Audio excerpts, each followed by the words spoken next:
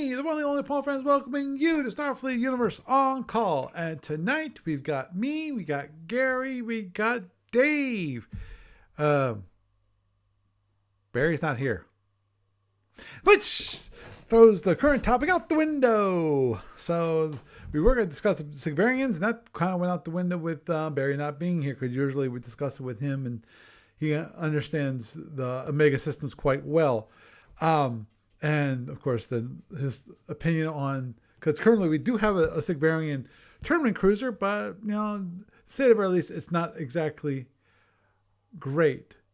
No, we've never discussed the X rules for the Andrews from Module C3A, which actually, it's been a long time since I've actually looked at Module C3A. The one big thing I remember seeing from Module C3A, I'm sorry, I'm replying to Gary, who's in the chat room. So if you want to talk to, the chat room's available. I'm currently streaming on Twitch. I'm having an issue with Twitch that I can't watch the chat room on Twitch while I'm actually doing my podcast here. So I'm gonna fix that. I'll be fixing that very soon. I might just grab a laptop, because it seems like it doesn't like it when or maybe I have to log out of my account, log into a different account. That might do it. I probably will do it. Okay, yeah, I'll try something. But so I can monitor the chat room on Twitch, and I apologize if anyone's on there tonight that I'm unable to see any chats. But if still, you can listen to me and watch my wonderful voice and wonderful face, and of course, as I also screencast the entire thing, so that you get an idea of what I'm talking about when I'm talking about it. One thing Gary was pointing out is that starting right before the show, before the show started, that is this. For those on the podcast, you don't see it because you're just listening. But basically, it's about the Andromedan X ships that were shown in the Andromedan threat file module C3A, which is, I think, really cool. The biggest thing that I'm sure everyone who's ever read that module, ever bought it and read through it, is the dissection beam, which is quite cool. I love the dissection beam, where it slices and dices a ship. It kind of reminds you of the beam from the Borg from Star Trek, The Next Generation. The whole idea of kind of slice and dices a ship, which is, to say the very least, I forget how the damage works on that on the dissection beam. But these are, for those who are viewing it. We have some quick models. It's 2D models at this point. Top down view of the X ships, Andromeda X ships, which actually, when these come out, I'm gonna get at least one of each, if not more, because these look really cool Andromedan ships. I love what happened with Adam Turner. This is what he created. Because if you ever looked at the Andromedan threat file cover, the cover for that for module C3A, this is what you'll see. You'll see, I think it's like an intruder. Really, I don't think we can tell whether there's an intruder, like a conquistador or a python. My guess is it's an X-intruder, and it has this really advanced style to it versus these, which look kind of really. The older ones are kind of clunky, kind of simple, but this has that kind of, sorry, I got a cat who loves attention. Here, Brandy, say hello. Hello. Goodbye. So,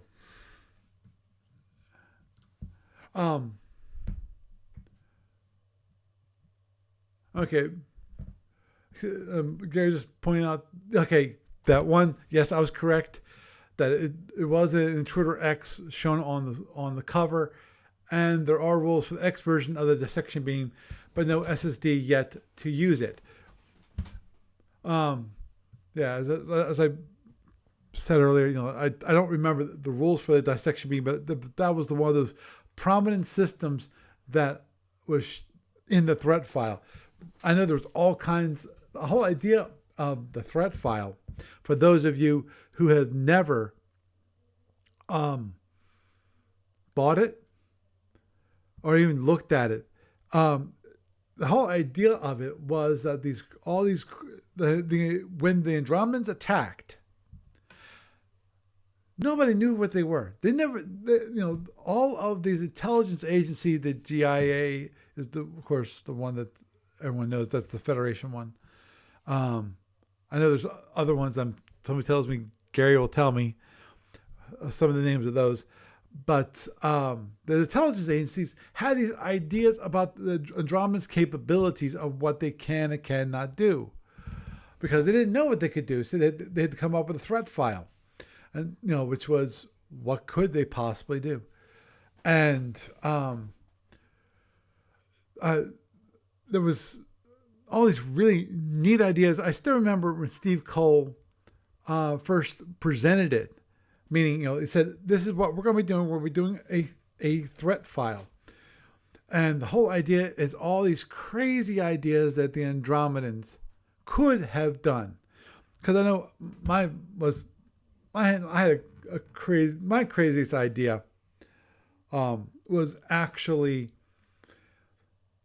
having it so that the Andromedans actually captured shuttles, and then were able to also capture drones from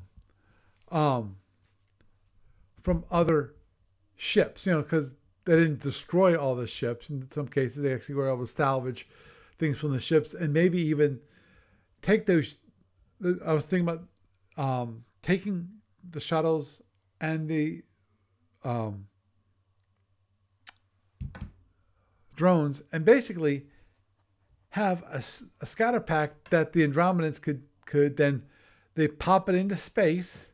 They transport it into space because they have those transporters. They can transport their satellite ships. Why can't they transport a shuttle, which they own, and deploy it that way? Or possibly even more of a capture mine kind of thing, where they were able to capture the drones and they attach them to these mines with some control. They figured out a control system for it, and then they use it that way. Now, obviously, from the looks of the history of the Andromedans, the Andromedans didn't really loop the loop back when it comes to facing the enemies and looping back to produce a ship that can then be modified to that threat. That loop back was too long, way too long, because of what it looks like is that they had a prepared number of ships that they were sending to the galaxy, and they figured, okay, we can take them, but the problem was that the Galactics, what they did was that they had that loop back where they figured out what they needed against the Andromedans to defeat them, and then they produced those kind of ships. They had the X ships that were faster, and they were producing the X ships not as a completely as a deterrent to the Andromedans, but that's more of because of basically they lived in an age of war. And in that age of war, you needed to have faster, stronger, more, better equipped ships to defeat your enemy. And that's why the X ships were produced. And then they found out, that they figured out that the Andromedans had these RTNs, this network of bases which they could easily and very quickly jump from one base to another in a very short period of time. And so the Andromedans didn't have that many ships. It's just that the ships could go far distances very fast, faster than the galactic ships could go. And of course, things being as they were, because it was a state of war, certain pieces of information were probably not shared between different empires. For example, if they had, I'm assuming that the Andromedans had certain designations on their ships. Maybe. I don't know. Because obviously, in my mind, if you're going to have that kind of network to make yourself look like you have more ships than you do, which I'm not sure they were even trying to do that, because obviously that's one thing that you might want to do as a person that's coming in to invade, is that you want to hide the true number of your ships that you have, so that your enemy never knows how many ships that you truly have. And to do that, I would think that, okay, you don't actually have designations on the ships themselves, so there's no way to know, okay, that this ship was exactly the same ship that we saw earlier, because there's no designation on the ship itself. And you could have designations more of through transponders, which only the keys to, have it so that it was encrypted, and so the communications for the transponders, which check to make sure, okay, it's definitely a friendly ship, and then send the code which says, okay, this is my designation, so that they can track their ships, but externally there was no way to know that it was the same ship. In which case, it would make it even more difficult for the any place you're invading and jump and using the network to travel quickly between points to identify, oh, that's the same ship. The only way is say, okay, well, wait a minute, on this battle there was this kind of damage, and then the same kind of ship shows up with the same kind of battle damage, and they could use that as markers, which obviously as attacker, you'd want to conceal that as much as possible, but you can't. There's only so much of that you actually can do. So but the threat file, do I have it? Oh, sorry, not